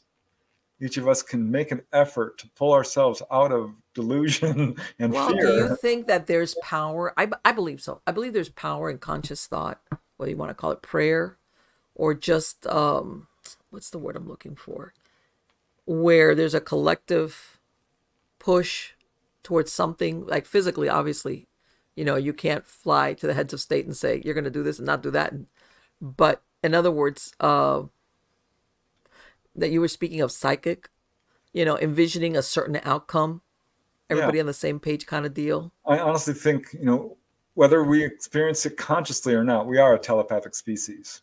We Yes. Oh all, yeah, I've had that when an experience. idea's time has come, nothing's going to stop it. Uh, Right. and I think consciousness plays a huge role. And it's time Yes. for us to become autonomous, to recognize that we are the ones who hold the power. Yes, No one can exactly. hold power over you if you say, don't allow it. We have Right. wars on our planet. But if everyone were to say, you know what, enough is enough, lay down their weapons, we're not doing this anymore. Right, exactly. I'm not no no no no no more it's huge loss of human life. That's that to me that's personally Yeah. that's And if you unacceptable. talk to people who are world travelers, people are the same all over the world. They all just Hmm. want to be with their family, feed their Yeah. family, dance, sing, cook, have a good time, travel. Yeah. People want the Whatever. same things. Yes, yes. Yeah. I mean, and I don't know if you heard that they were talking about reestablishing the draft, and I was like, oh, I don't know about that. I don't think I and I hate to say it, but I would not want to sacrifice any of my family members for that. I Yeah, that war is unbelievable to me because we have companies who are selling weapons to both sides. yeah, yeah, of course. It's clearly a generated thing. No, it is. People It need to is. wake And up to what's going on, how we're being manipulated. yes. And let me tell you something, there's a difference. People don't I had a son that was in the Navy for 5 years, and he went in there and Wow. he did his time and he came back out, and that's different. That's different what like when you join on your own, and whether you stay there for a stint or you make it a lifetime career. That's different. It's a different thing. Right. But yeah, when I heard of that, it was like, ooh, I'm not happy with that. And again, it all comes to like you were saying that we need to scale it back to where war is not an option at all. Exactly. War is not an option. And like and again, I want to come back, and we can't expect the ETs to come like the cavalry, over the hill and Exactly. make us It's listen to our funny battle because people angels. are like, well, ETs are here to take over and hurt us. I'm like, no, no. What people are doing is they're inserting their own beliefs on Yes. how they think.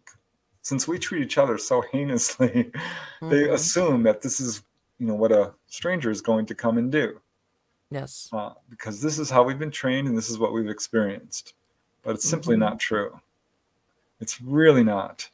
And the disinformation and misinformation in this field is rampant. And it's very difficult to wade through it and get the truth of contact. And this is why I always Okay. encourage people, do not look to our governments for answers. Oh no, no, They're no. I know. demonstrably lying. Go to the Yes. contactees. Look within. Go to yourself. Do your own research. Don't believe Yes. anybody until you Of figure course it not. out. Exactly. And there's people, but believe it or not, like you said, there's plenty of people out there that, that now are willing to talk about experiences they have, even if they're not sure what they've seen or what they experienced. Like, because I think sometimes people, what's the word? I think they don't understand maybe how common it might be. Yeah. Well, it's funny. You mentioned in the intro when you were reading my bio there, I came in as Hmm. a skeptic and I found out that my brother had seen a UFO. Really? And that was such a shock. Even though he tried to tell me, I ignored him. Right. You're thinking, oh, yeah, okay. Yeah. And then I found out that my sister-in-law, his girlfriend, had Uh-huh. contact with little blue beings. And my Okay. brother's then girlfriend, soon to be wife, had contact Mm. with grays. Wow. And I found I had a friend who had missing time, another friend who had a very close-up sighting. People at work who had direct contact, a couple of them. This is what I encourage people to do. Because if you really want to know the truth, there's probably some people you trust. That's exactly what I was gonna say. If the source is somebody that would be telling you the truth, then it's like, okay, I believe this person. Yeah, that will change everything. If you can find a family member or a friend or a coworker or someone you love who and I think you'll get a real surprise because this is more common. Yeah. I Yeah. think there's a perception, again, a Somebody mystery. that you could say, stop lying to me, and they're gonna tell you, no, I'm not lying to you. I'm telling you Yeah. the truth. And you're like, I was actually a bit scandalized and mad when I'm talking to some of my family members and friends. I'm like, why didn't you tell me this? And they rolled their eyes at me and said, we tried, or you wouldn't have believed me, which was right. true. That was Yeah. absolutely true. I was so skeptical, and I Have thought I you was ever so had an right. experience, a weird experience after, I'm gonna say this, after interviewing somebody Oh yeah, I sure have. Like what? And I've had a lot of experiences actually. It started with UFO sightings because I really wanted to Okay. see one myself, Okay. and I made a lot of effort going out Okay. there, into areas where there was activity, and I would see Mm-hmm. anomalous lights and things. And Okay. finally, it started. I was circling around it, and it was circling around me until I Okay. did have a direct contact experience in Okay. 1992. It's right after the 4th of July. I was Okay. driving home from my brother Mark's house, actually, when this little orb-like object swooped down in front of my car, right in front of my windshield. I mean, it was a foot away. And it stopped. And of course, I'm thinking, is that a bird? No. Is that a firecracker? No. Is this a reflection? No. Because I'm going through, like, what is happening here? And it stops right in front of my windshield and darts back and forth. A couple of times, Okay. stops again and zooms upward. And I had missing time. I don't remember what happened after that. Okay. So that was my first of what What ended up happened? being. The next thing you know, what, you arrived at home? No, I don't even remember what happened. I woke up the next morning with no memory of it. And it came back to me a few Wow. months later. Uh, but I absolutely Wow. remember it now.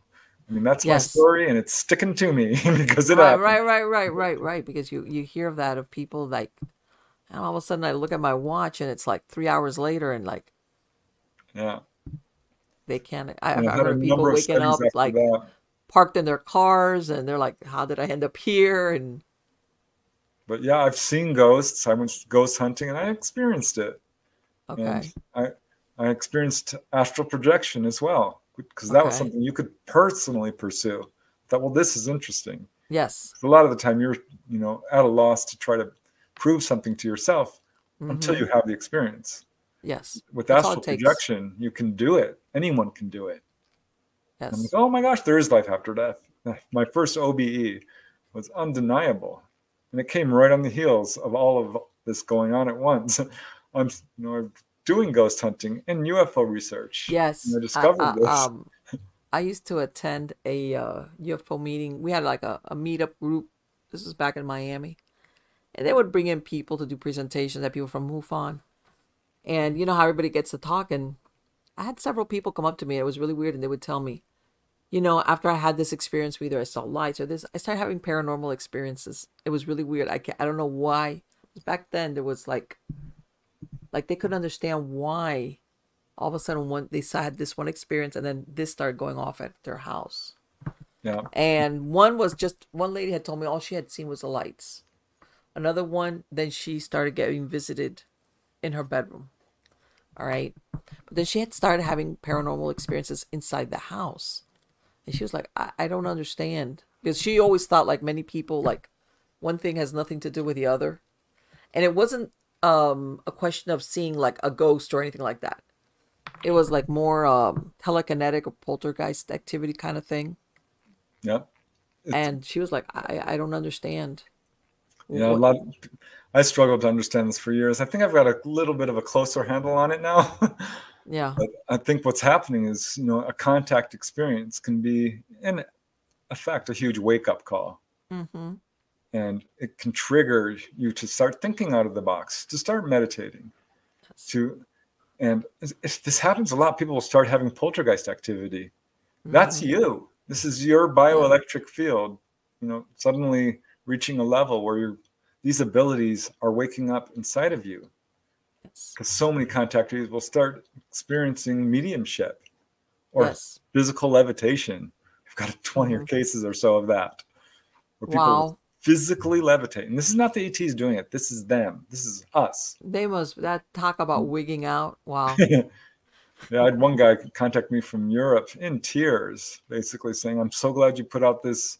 It was a video I put out on Okay. this. And he's like, this happened to me. I had this major UFO sighting and I started levitating afterwards and no one believed me. But I saw your thing and, Okay. that's exactly what happened to me. I'm like, I wanted to interview him. He's like, no, I just wanted to tell you. Right. He's Right. like, Yeah. I gotta get it off my chest. which is my primary purpose, really, because a lot of people come to me, they don't want to be interviewed. They just want some answers. They just want Yes. someone to bounce some ideas off of. They just want some confirmation, perhaps, someone to listen, because a lot of people have no recourse. No. They have nobody to talk to, they're afraid of ridicule. And of course, Especially if it's really out there. yeah, Or they're known as being perhaps a very analytical type of person, or right. very, it's like my reputation, even amongst family members will be ruined.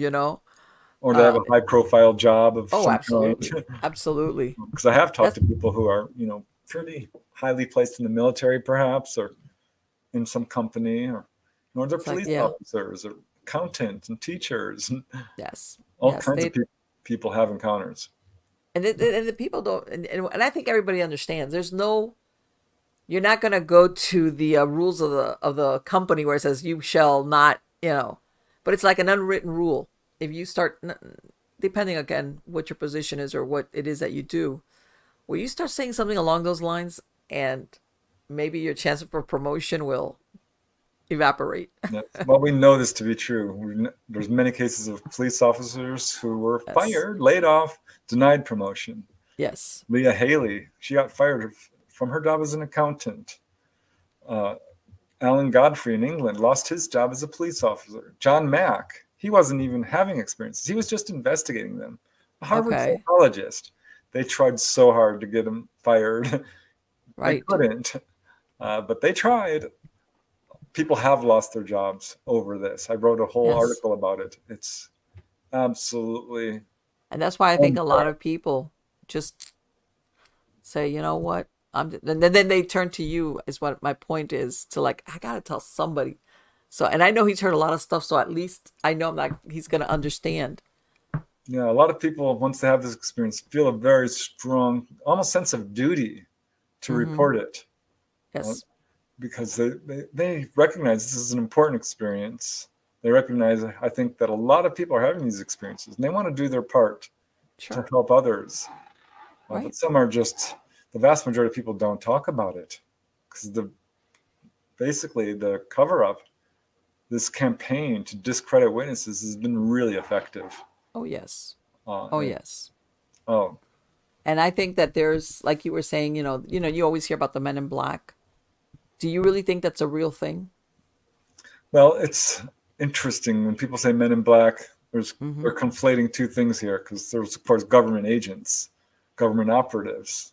Right. And people say, "Oh, these are the Men in Black," and I certainly think those are real. They do come and try to scare witnesses and threaten them and follow them around. Many contactees have trouble with these guys.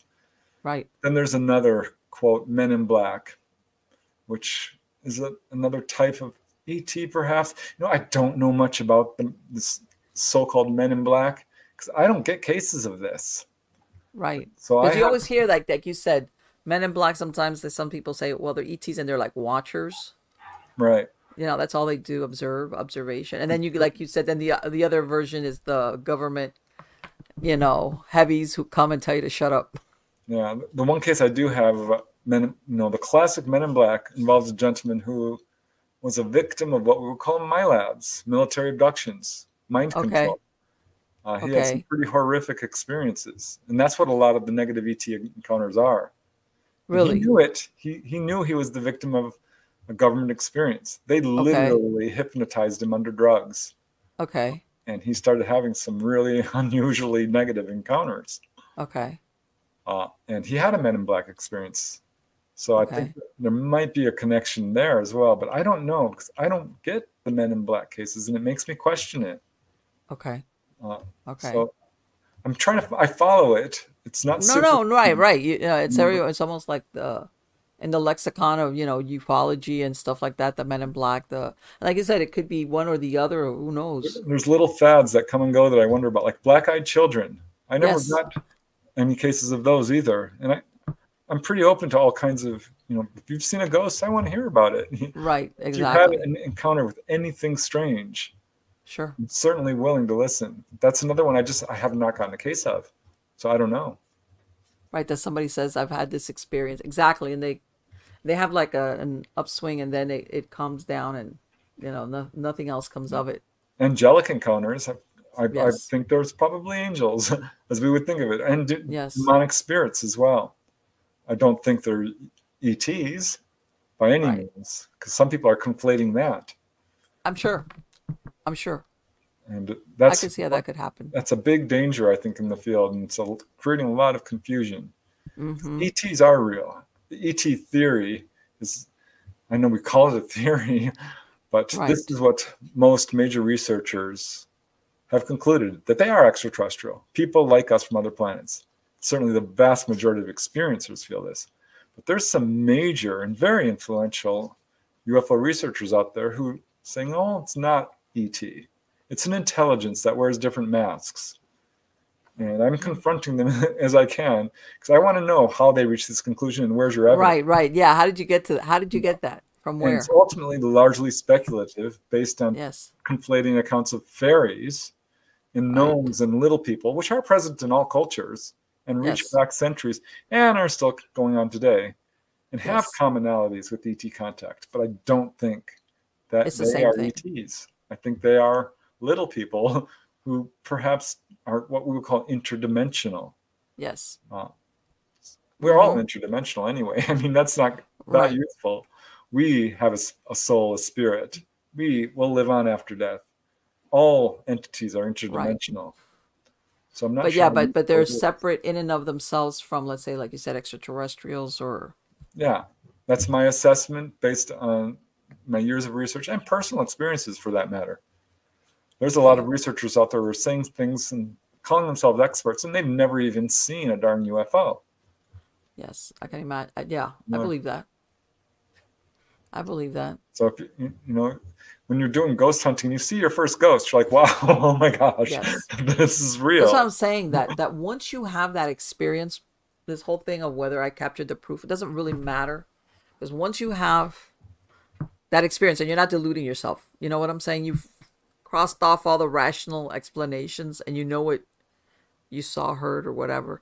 That's it. Once you've had that experience and you know this is what it is, I know it. In other words, you're a witness to yourself, to your own Yeah. experience. And you've learned a really important lesson, that there's a difference between belief and Yes. knowledge. Yes. Which I Yes. think there's a confusion there with people. People are believing things and stating them as fact, Mm-hmm. which it's not a fact. No. There's a big difference in people saying, well, this person is lying. It's not true. No. Well, no, that's what your belief. You believe that, but you don't know. Right. And I want to say in the field of the paranormal, there's a wide range. Like you said, that it's like this is what I believe based on my experience, but that doesn't mean this is the absolute. There could be other interpretations of this or other versions of, if you want to call it life after death or, whatever the case might be. Yeah. It depends, but There's a lot no, of people out there saying there's no proof of ET. I'm like, well, there's a lot of people who've had firsthand experience. They yes. know. You can say you don't believe it all you want. It has zero Right. effect on the truth. Right. Exactly. Exactly. You don't want to believe it. That's fine. Everybody's entitled to their own. And I think, I'm not going to say everybody. I know there's people that are more skeptical than others. I think, though, those are the ones that would be most profoundly affected if they actually did see something or witness something. Yeah, and this is one of the reasons I actually do research, because I came into this field as a skeptic, as I said. Finding out it was real was like such a shock. I mean, it really kind of crumbled my belief system. I can only Right. imagine, well, I kind of know what it feels Right. like for people to have an encounter Right. and not have believed or even heard of anything like this. Yeah. What do you do with it then? It's one of those deals like, I'm still living the same life I was the day before I had this experience. Now, what do I do with it? You know, Yeah, you after I had my know. first OBE, my first out of body experience, Mm-hmm. in 1 second, everything changed. I knew there was life Yeah. after death. My family thought I'd Yes. lost my mind, because I was trying to tell them previously, UFOs are real. And they're like, oh, Preston's off the deep end. And then I come out and I'm like, guess what happened to me? I had an out of body experience. Do you think that I know people now, Preston, are dabbling a little bit more like in ayahuasca and all these mushrooms and these, they're microdosing. Do you think that when they say, because I've heard of some of them saying that they've had contact with ETs, do you think that they are having contact with ETs, or they're gone on to another realm that has nothing to do with actual ETs? Yeah. I've never done it personally, and I have Okay. no plans to. No, I haven't either. No, Because I have no plans to I, either. It's like I I. I am a skeptic of that, Mm-hmm. and not because I haven't done my research. And I've interviewed people who've had these experiences, and Right. I was looking into it recently, Mm-hmm. and it does not fit the pattern that I see with Okay. regular contact. And there are people who are, saying up and down, it was a real experience. Well, yeah, it Sure. was a real experience, but it's an inward Right. In your head. experience. You're Because there are not, two people who are meeting together and comparing notes and having the same experience shared, mm-hmm. where we have people who are both taken on board and that type of thing. It's an Yes. internal experience. All the research is pointing towards this. So, Right. yeah, while it is a real experience, I don't think you're meeting genuine ETs. This is my Okay. assessment based on the evidence, because I don't want to Mm-hmm. offend people. This is becoming increasingly popular, and I'm concerned about it, Yeah. because I don't think you need to do it to have contact. Right. Right. Like, why do you have to go down this to do like to have something scramble your that people are going, no, Marlene, it doesn't scramble your brain. It's like, okay, whatever. But yeah, if what you want to do is have that then hang out in places where they're seen and then cross your fingers and see what happens. Like what you Yeah, did. that's what I would recommend, because there are places you can go to see ghosts. There are Mm-hmm. places, there are things you can do to have an out of body experience. Just have a little bit of patience. And yeah, it might take some effort for sure, but I just, I'm not a fan of drugs Right. in No, I get general. it. I get it. I hear about that and I'm like, I guess it works for some. I don't know. To me, and maybe it's because I'm just afraid of messing with my brain chemicals. How's that? Yeah, I I think would that's always wise. I would always be wondering if there might be some effects down the road that maybe they're not, you know. Yeah, I mean, even with out of body experiences, because there are indigenous Yeah. cultures who've used, mescaline and peyote and Mm-hmm. all kinds of Right. things, and people are saying, "Oh, it's not a drug. DHT is that? It's not a drug." Well, yeah, it Yeah. is. Just like Mm-hmm. mescaline and LSD and all of these. It doesn't matter if it's plant based. Yeah. If it's causing hallucinations or whatever, Well, most medicines originally they're this plant is a drug. derived. And with the out of body experiences, people are going to the Robert Monroe Gateway program and using hemisync tapes, which create discordant tonal Right. sounds, which can basically force an out of body experience. I don't recommend that either. No, I I think don't it's, think. I tried it for a second. I didn't like it. I felt it Right. was forcing the experience. Sure. And I'm not going to, say, don't do it. If you want to do it, go ahead. But I Right. don't recommend it. I think this Mm-hmm. is something that you should do through meditation. Well, It's all about even like you said, consciousness. even in these whether indigenous tribes, usually the only person that would take it would be the shaman. In other words, it was a very specific chosen person that would use it, but it wasn't like the whole tribe was doing, Right. And it some wasn't like type he was of doing it every night either. right, no peyote or anything like no, it's like okay because then everybody be no tripping out all the time. No, so that's why I'm saying that there's a and I know there's people that say, well, you're supposed to do it with somebody that knows what they're doing, but still, I'm very, I don't know, maybe overly cautious. I know there's people out there going, no, you got it all wrong. But yeah, No, and you can have all the kinds of really wonderful experiences without doing yes, it. So I give it, yes, try the natural route first. What's yeah, the harm in that? yeah, exactly, yeah, exactly. Well, you told me you were working. Are you? You just what was the last book that you released, Preston? I My most recent books are Humanoids and High Strangeness Mm-hmm. and Not From Here, Volume 5. Those are all Okay. about the more unusual outlying type of encounters, weird patterns that a lot of people haven't looked into. Okay. I'm actually doing a new book right now, Symmetry 2, the Okay. continuation of Dolly Saffron's experiences. Okay. I want to do another one on out of body experiences because I've had a lot of those. I put one out and now I've got Okay. enough for another book. I'm keeping busy.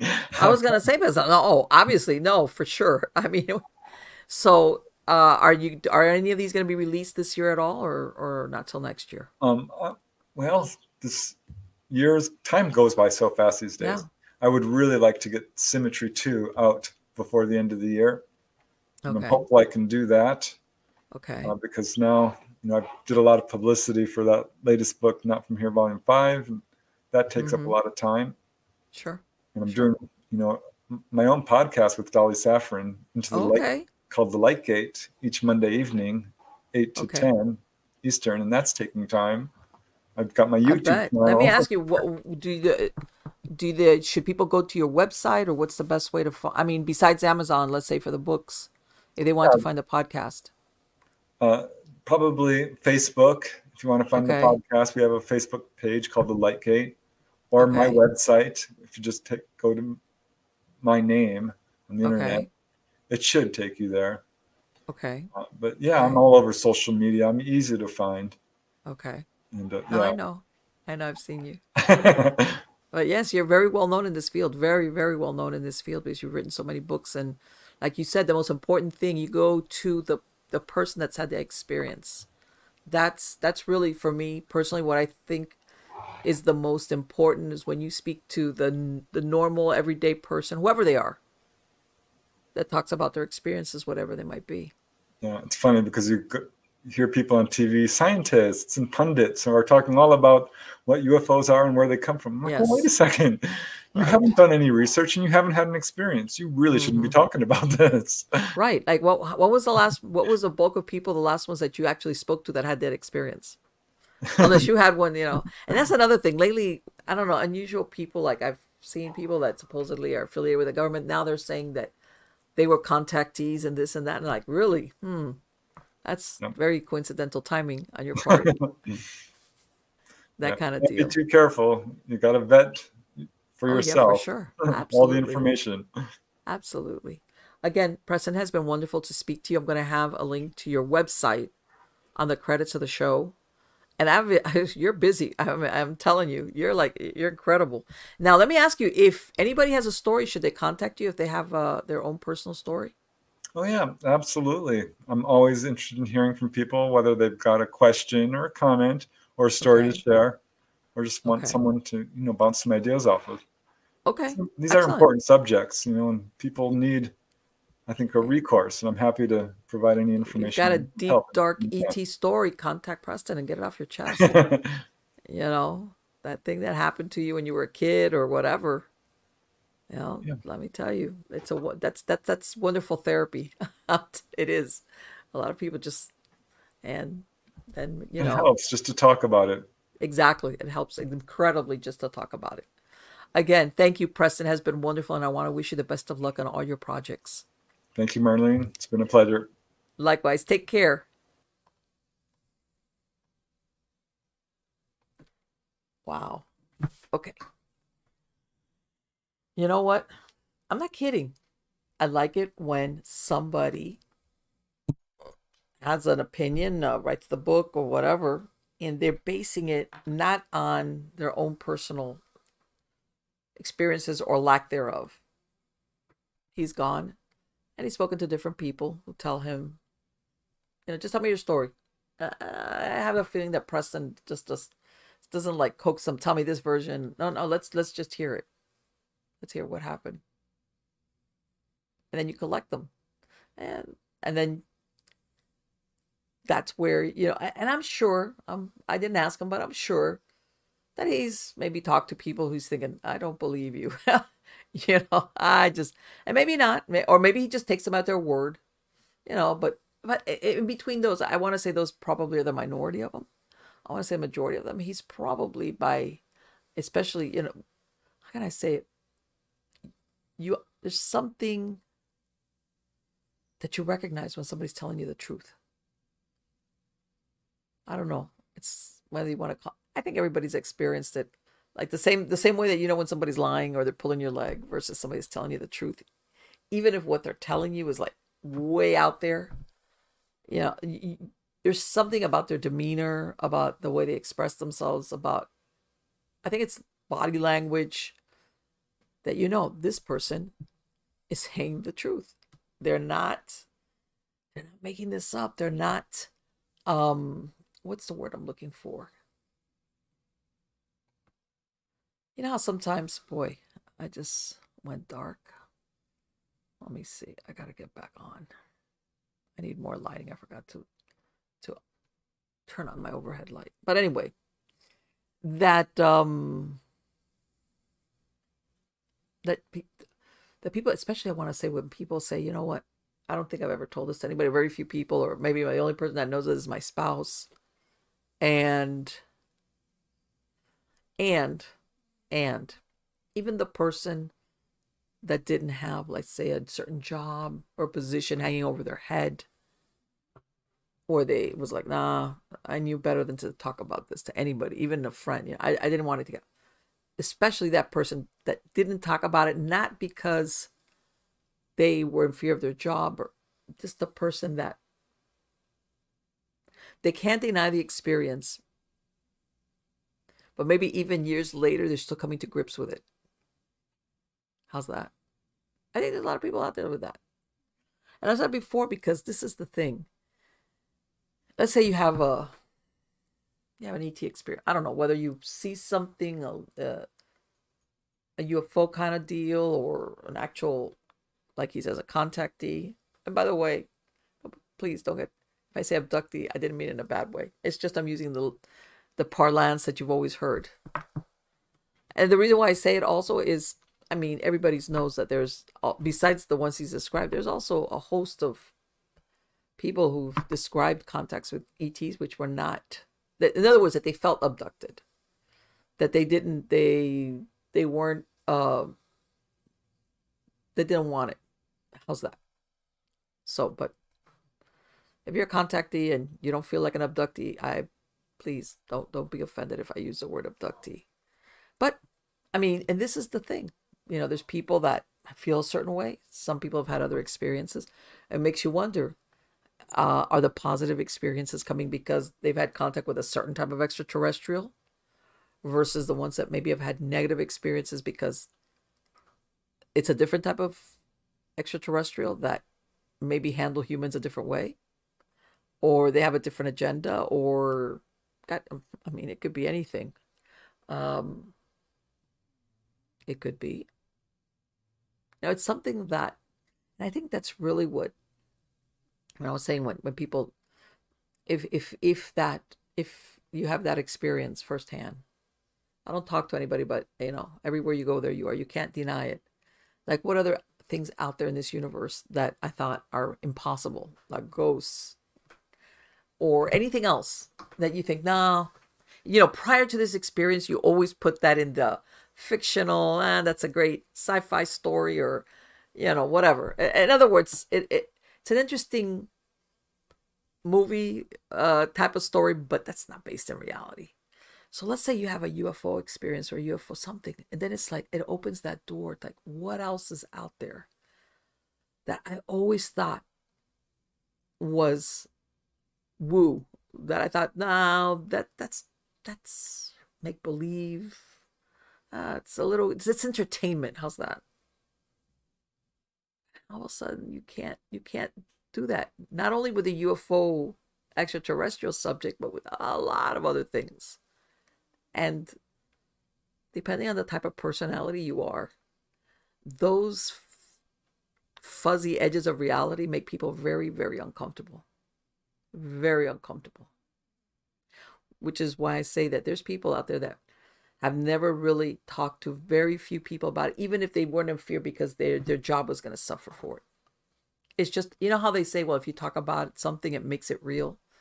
That they almost operate on that belief system. If I don't talk about it, I can convince myself that it wasn't real, even though you can't. Or that the more you talk about it, the more real it becomes. And of course, you know, there's always, I understand there's always the fear of ridicule. I mean, that goes without saying. All right. Ridicule, or that you will forever be known as that guy, that person, that whatever, that had that experience. And you know what? Maybe a lot of times, because maybe you were that person, you would be the person that if you would have heard somebody had some type of UFO experience, you'd be, oh, that guy. And all of a sudden you are that guy. And some people don't, it's an uncomfortable feeling. All right. Shoes on the other foot kind of deal. So you go, okay, you know what? I'll just be that guy to myself because I'm never going to tell anybody about this. And this is how they handle it. Everybody copes things with things a different way.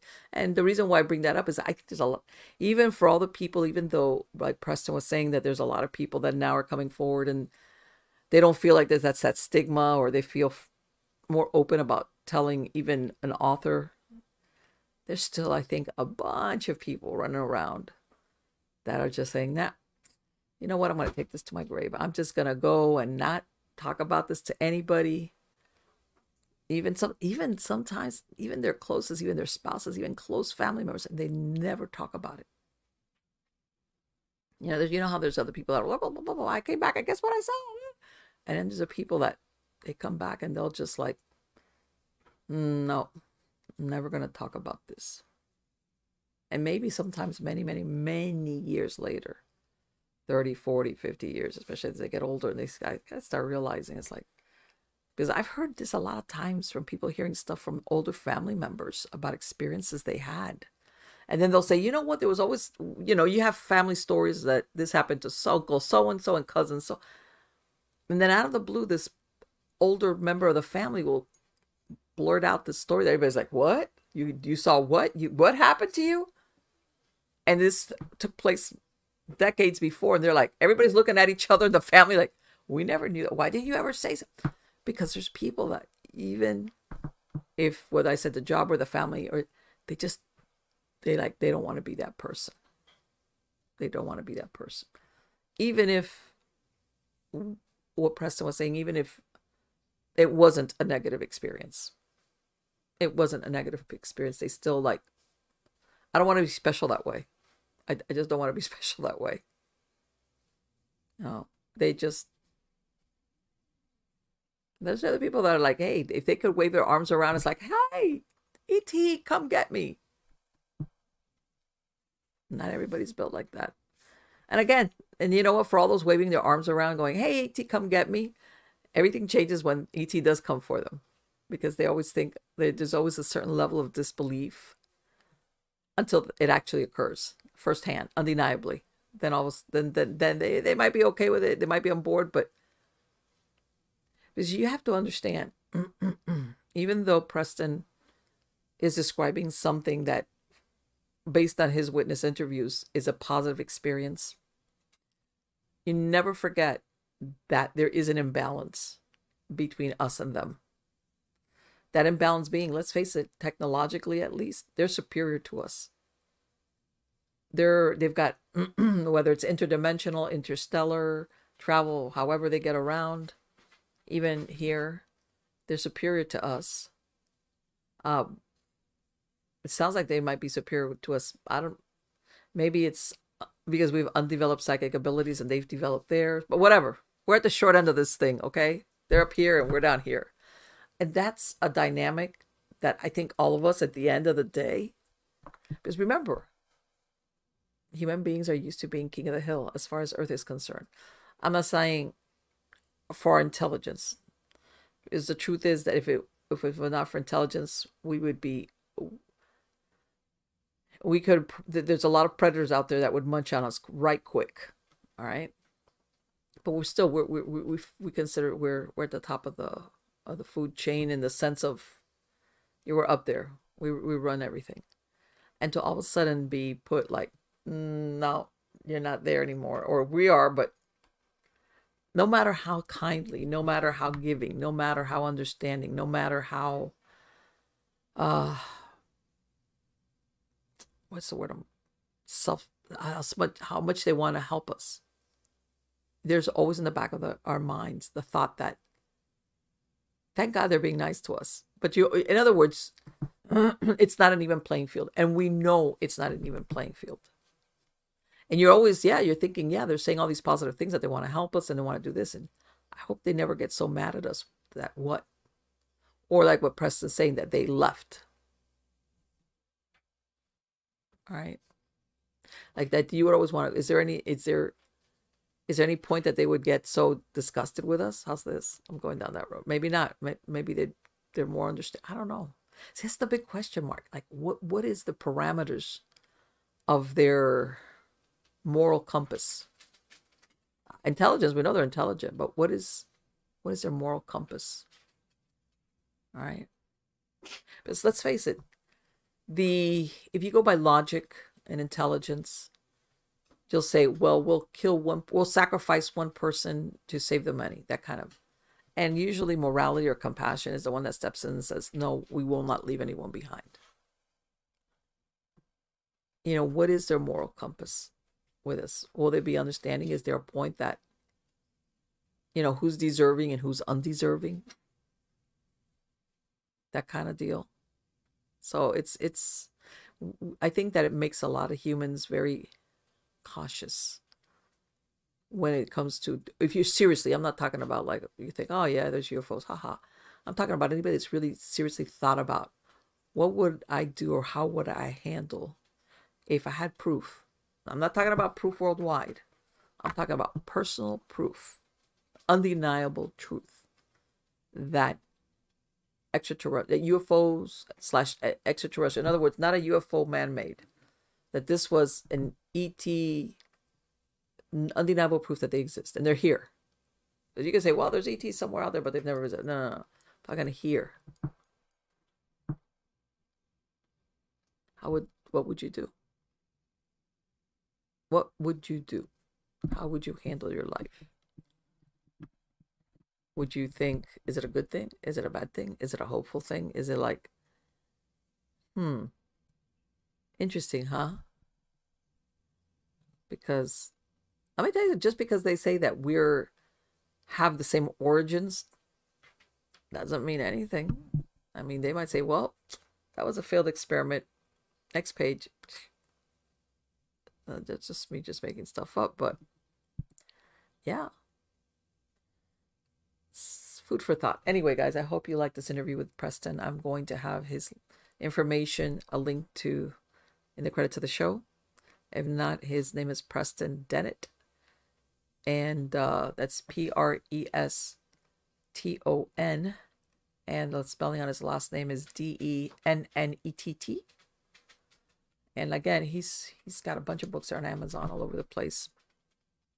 Also, don't forget to sign up for my newsletter on Substack. Go to mppellicer.com.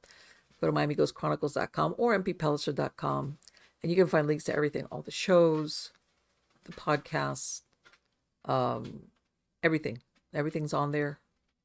And I've got a great list of guests in the wings covering different fields that I've got them lined up. Really interesting people. People like Preston that have been here before. They've written new material. They're out there, and then brand new people that are coming in. There's a lot of really interesting and intelligent people. And by this, and I'm getting hung up on the thing when I say intelligent. People is like, I'm talking about people who have had whatever their field is. Almost like what Preston said, that they call themselves experts when they're not. I'm talking about people that have had real life, either they've done the research firsthand and they've had their own experiences, or they've gone out there and have spoken to others, many other people, about whatever it is that their field is. So yeah, I've got a lot of guests like that. That's like, hey, I'm basing what I'm going to explain, talk about, whatever it is. This is why we arrived at that conclusion. What's happened to me, what I've seen, what others have told me, etc., etc., etc. So till next time, guys, please, thank you so much for coming every week and spending this time with me. And again, let me remind you, but I know you all know that you are all wonderful. Till next time, take care.